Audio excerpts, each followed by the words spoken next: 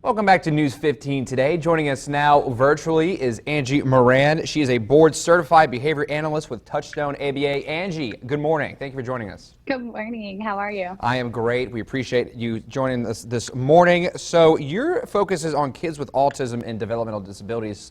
Let's hop right into it. What are some things to consider for parents with children with autism or other developmental differences? In general, I think always looking for the early milestones, developmental milestones, and seeing if they're meeting them as compared to their typically developing peers. And if you have any concerns, talk with your pediatrician about what kind of services might be right for you, like applied behavior analysis, for example, specifically about schools and worrying about what might be next and how you can set your child up for success in the school setting, going back in there. Definitely some questions that you can ask, such as maybe can they be placed with a friend or somebody that they're already familiar with? What are the expectations for your child specifically when it comes to hand washing and wearing masks? Will they be included in those policies, and will they be helped with complying with those requirements? Lots of other things too regarding transitions and social distancing. Right, so there's a lot of new stuff that's happening. So what are some of these tactics that can help students adapt to these new procedures?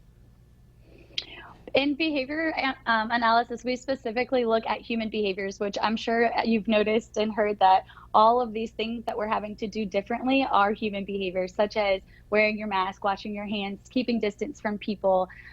So we use things like prompting, shaping, positive reinforcement to help shape those behaviors and help kids maintain them as well.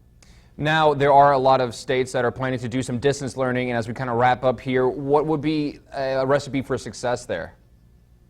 Definitely pick a schedule and a routine and stick to it as best you can. Other than that, set up a designated workspace for your child and for yourself. Have a homework system if they're going to be required to do homework as well. And let them have breaks throughout the day. Schedule that in with the teachers and with your family to make sure that there's opportunities for play and sensory activities. Should be an interesting school year, to say the least. Angie, thank you so much for joining us. We appreciate your time this morning. Thank you so much. Of course, guys.